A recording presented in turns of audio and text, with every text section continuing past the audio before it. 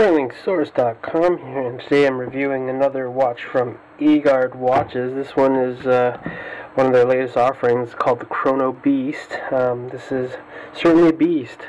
48 by 48, Swiss-made, gigantic watch.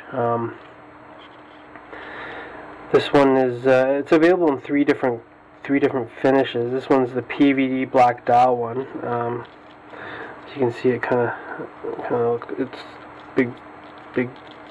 big watch. Swiss quartz movement in it. It's a Ronda 5130. You can see it's quite large. It has the instrument style case. Oopsies! I didn't break it. Be a tough watch, but as you can see, it's a pretty big watch.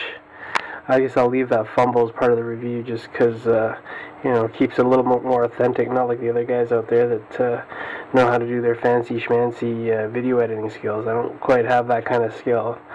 So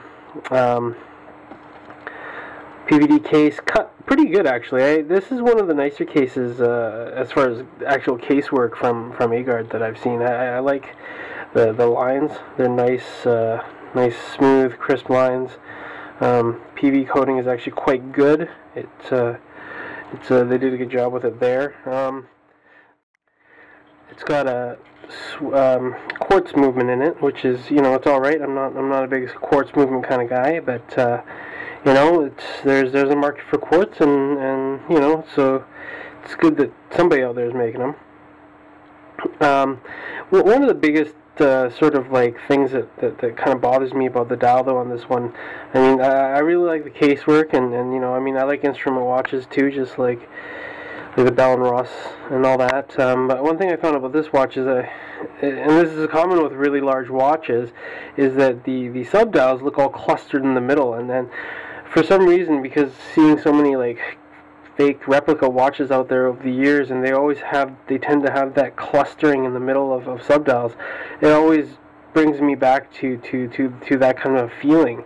Granted, like, there's tons of watches out there that do this, and they're nice watches, but I just have a little bit of an aversion to it myself. So not that keen on the spacing of the dial, but the dial itself is well made. I like the changes in textures that Egard always tends to do in their dials. You know, a little bit of that matte finish, a little bit of the shiny finish. You know, some vertical patterning on it. You know, the applied Roman numerals, which make contrast a little bit more with the instrument style case than I'd like, but you know, it's alright. It kind of works, you know. And you got the chronograph here, starts and stop it, and then you reset it.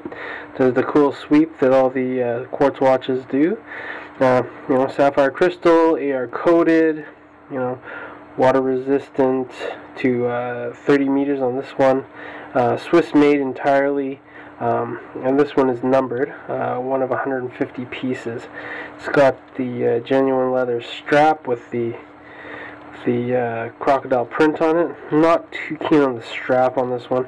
Would have probably liked something. I guess you're battling a little bit with the styling here. Maybe would have liked something a little bit more.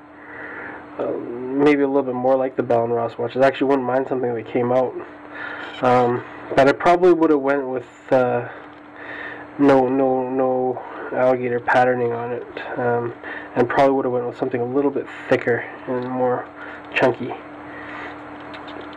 Maybe even would have got a custom strap maker guy to put out something for it. Price point is about $1,000, I believe, on the website. So yeah, just thought you guys like take a look at it. Chronobeast here. It's got the big date too. The Ronda Swiss has the big date up underneath the 12 o'clock there. So, you know, a few little features. Definitely like the casework. I think they did a good job with the case on this one. It's definitely a highlight of this watch for me. And then the dial is nice too. Aside from the sub dials, what I've seen a lot of watch companies do, because they try and it seems to be a common theme to try and avoid that clustering of sub dials in the middle, is they make the sub dial circles bigger and they make them kind of overlap with each other. You'll see that with some of the Omega timepieces and the Zenith timepieces. They just make a larger sub dial and make them overlap with other sub dials, so they look like they're not as clustered towards the center. So maybe in a future iteration of a large chronograph, Egard might consider something like that. I hope you guys enjoy the review. Have a good one.